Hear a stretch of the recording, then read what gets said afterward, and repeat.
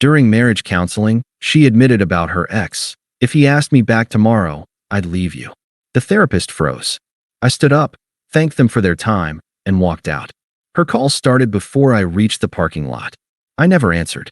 Hey viewers, before we move on to the video, please make sure to subscribe to the channel and hit the like button if you want to see more stories like this. Thanks. Hey Reddit, long-time lurker, first-time poster on a throwaway because this mess is still too fresh, and I don't want it blowing up my main life. I'm 35, male, and up until about a year ago, I thought I had a pretty solid marriage. 5 years in, no kids yet, but we were talking about it. Or at least I was. Looking back, maybe that was the first red flag. I was always the one pushing for the next step, while she seemed content to coast. But hey, hindsight is 20/20ths, right? Let me back up and give you some context so this doesn't come out of nowhere. My name's Alex, fake for obvious reasons, and I work as an IT manager for a mid-sized tech firm in a decent-sized city on the East Coast. Stable job, good pay, the kind that lets you buy a house without drowning in debt. I met Jenna in college. She was studying marketing, I was in computer science. She was outgoing, funny, the type who lit up a room. I was more the quiet, reliable guy who made sure everyone got home safe after parties. Opposites attract, or so they say. We dated for 3 years before I proposed. She said yes, and the wedding was great. Her family flew in. Mine hosted a backyard rehearsal dinner. Early on, things were solid. I supported her through everything. About 2 years into the marriage, she lost her job during a company downsizing. It hit her hard. She was depressed for months. I picked up extra freelance work to cover the bills, encouraged her to take time off to figure out what she wanted. I even turned down a promotion that would have required relocating because she wasn't ready to move. We'll build our life here, I told her. No rush.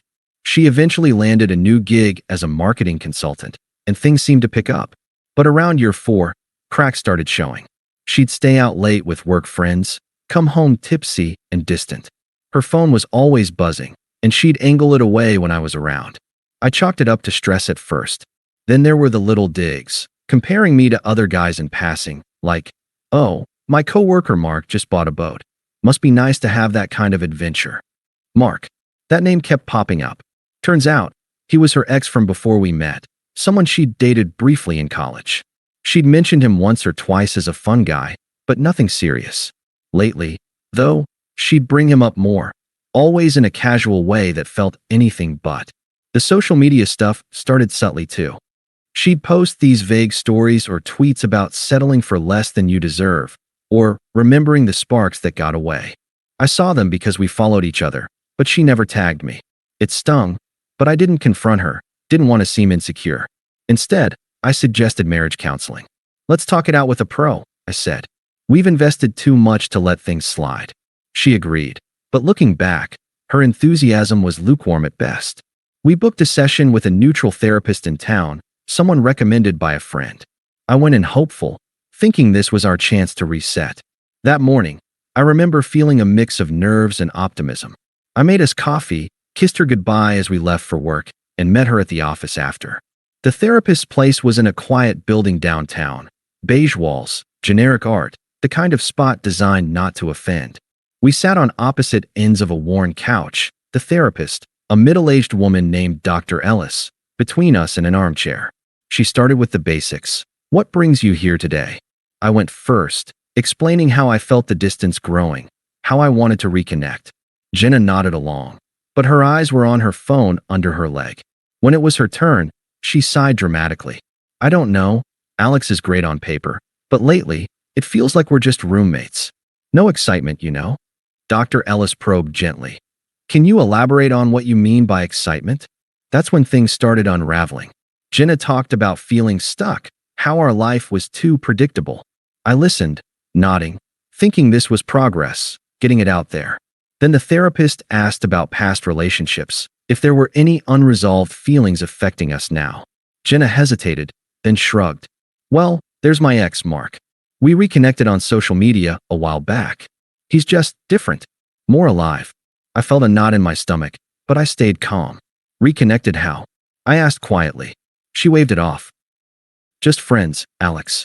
But talking to him reminds me of what I might be missing. The therapist leaned forward. Jenna, can you be more specific? How does this affect your commitment to the marriage? That's when she dropped the bomb.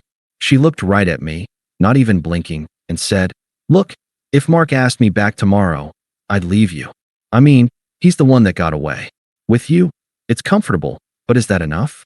I deserve more than just stability." The room went dead silent. Dr. Ellis froze, her pen hovering over her notepad, eyes wide like she'd just witnessed a car crash. I could hear the clock ticking on the wall.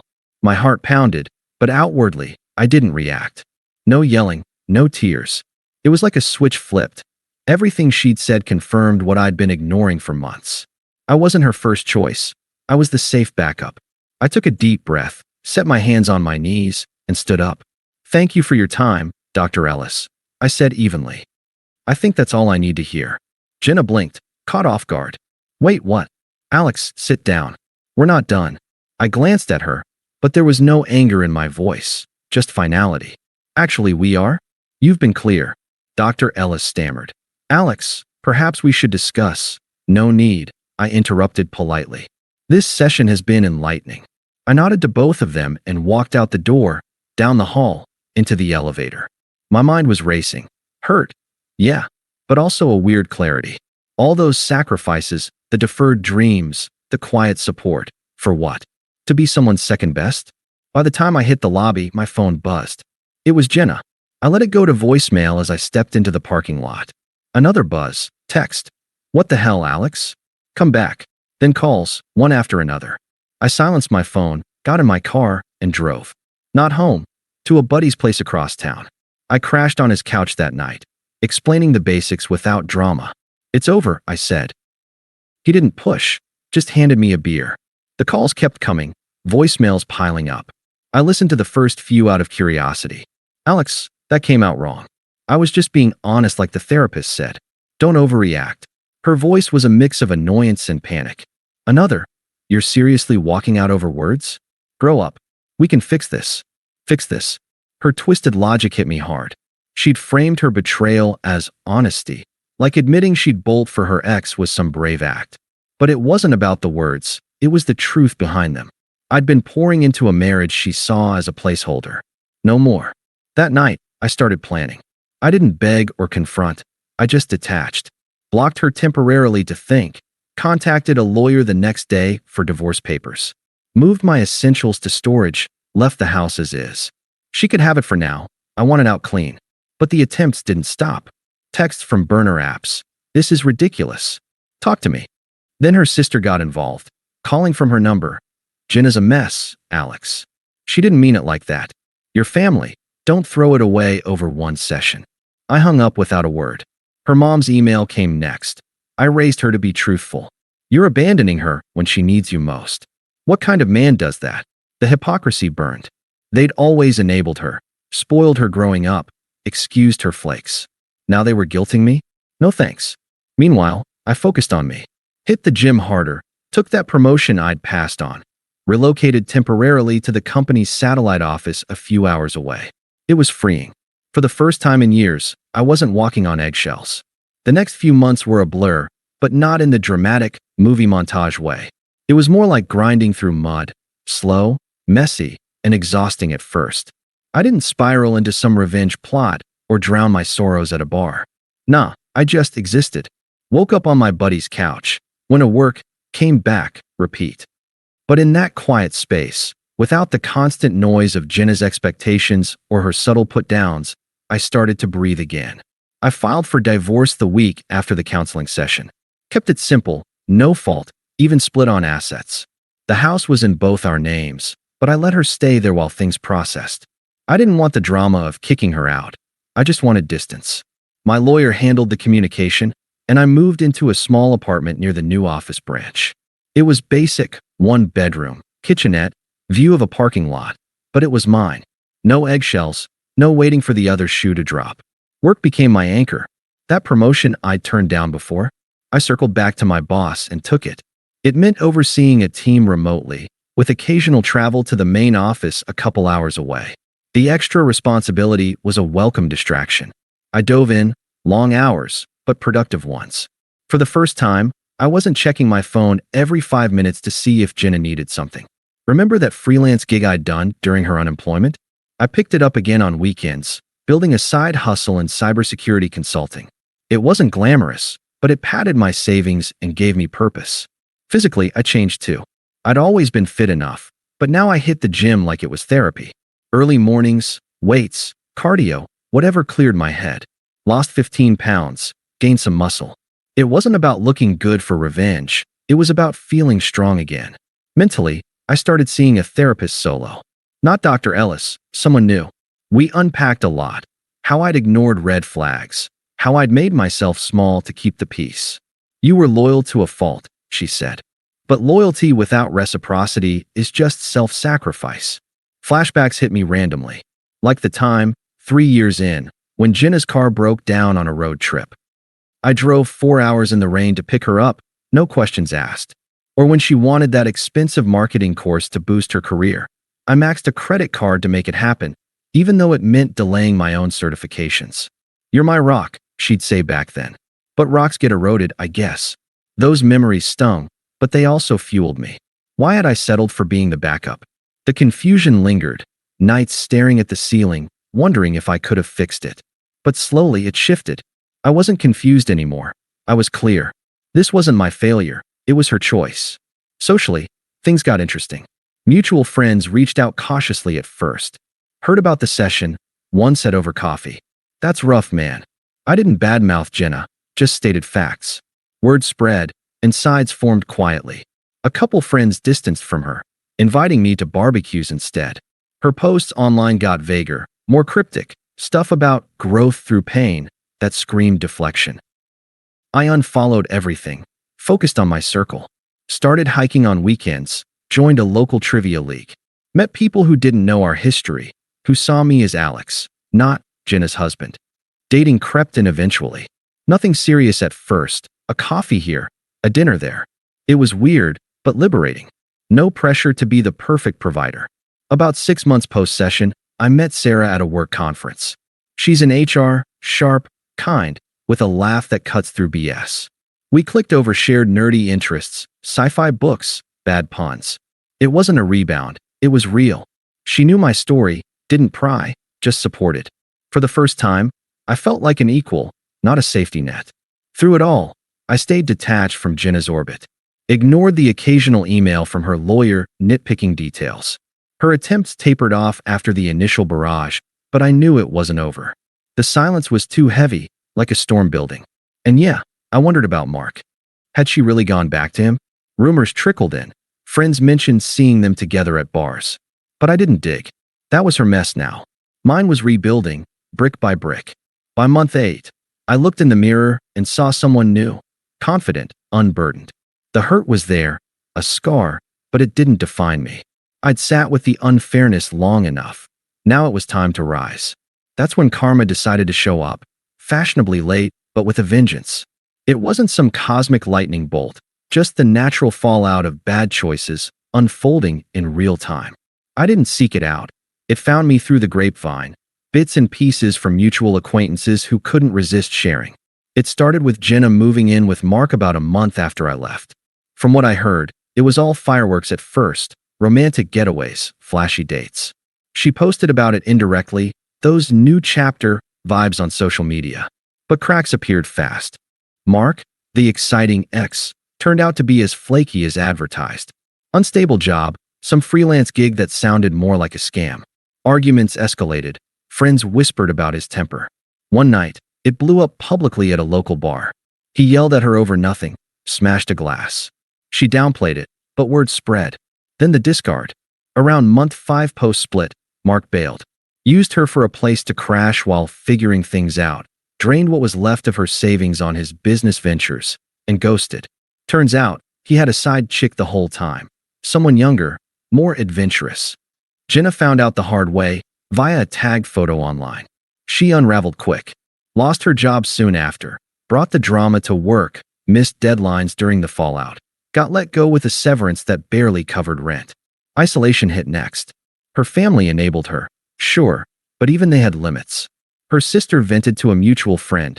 Jenna's a wreck, crying all day, blaming everyone else. Mutual friends pulled back hard. After hearing the full counseling story from me, neutrally, no embellishments, they saw the hypocrisy. She treated you like a doormat, one said. Invites dried up, group chats went silent. Her reputation took a nosedive. Those vague posts backfired, painting her as unstable.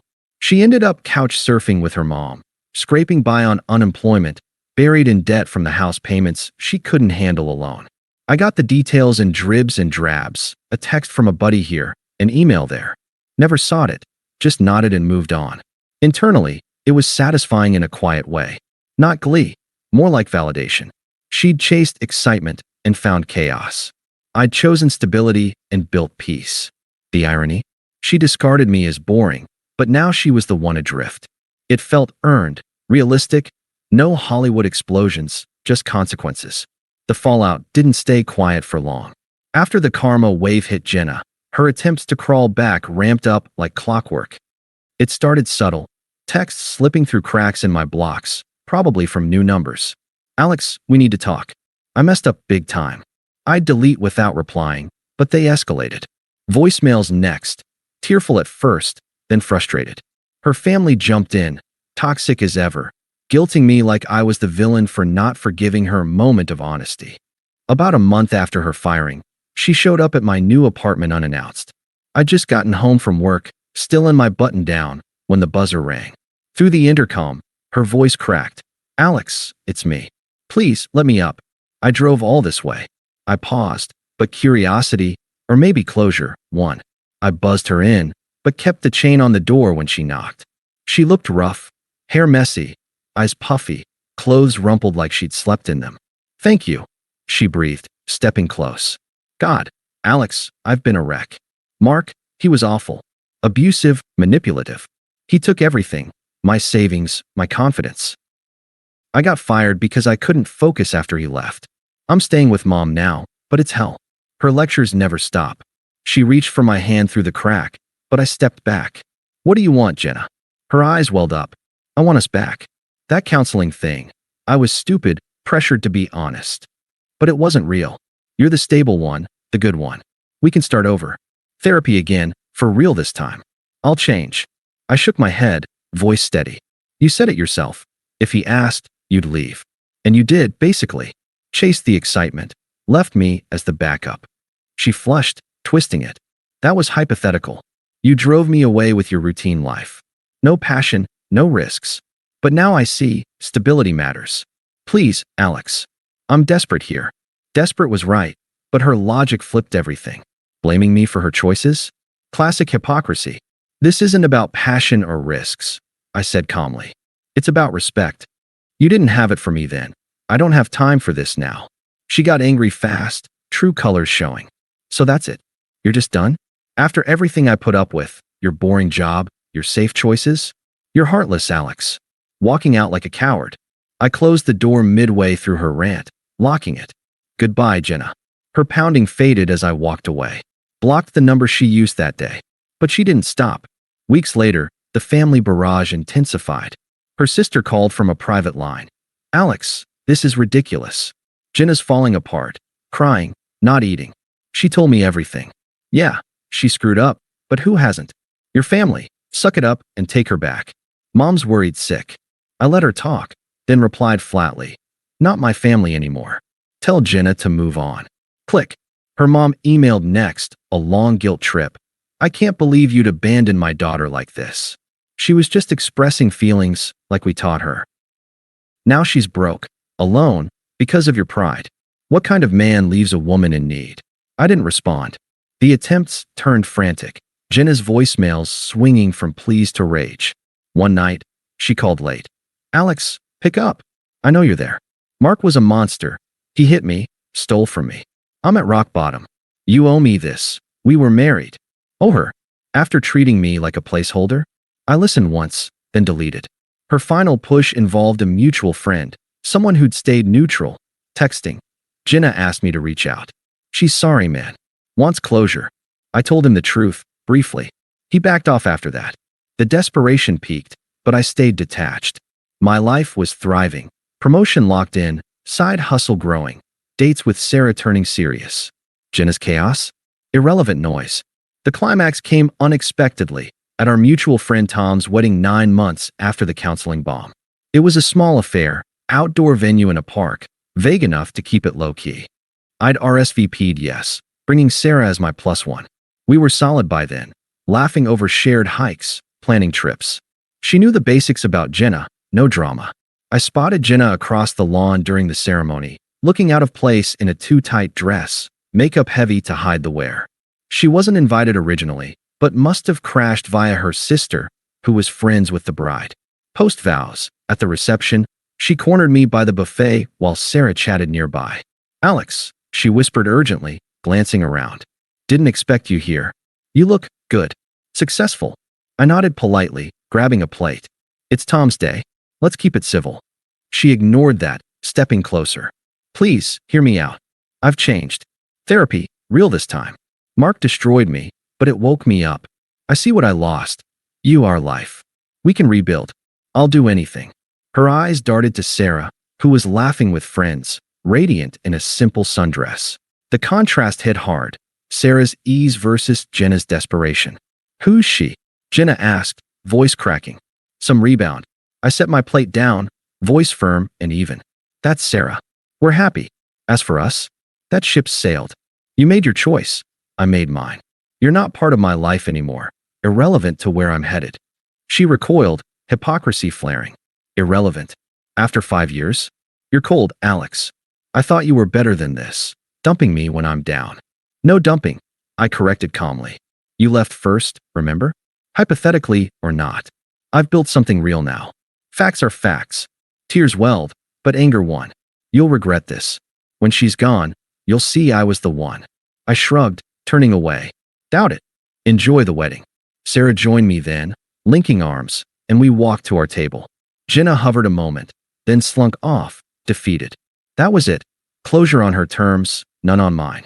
I blocked her permanently that night. Divorce finalized soon after. She got the house, but sold it quick in her mess. Me? Promoted again, traveling with Sarah, life upgraded. The betrayal stung once, but now? It's a story, nothing more. If you're in a similar spot, read it, walk away with dignity. The rest sorts itself. Thanks for watching. Make sure to subscribe to the channel and hit the like button. What do you think about this story? Share it in the comments.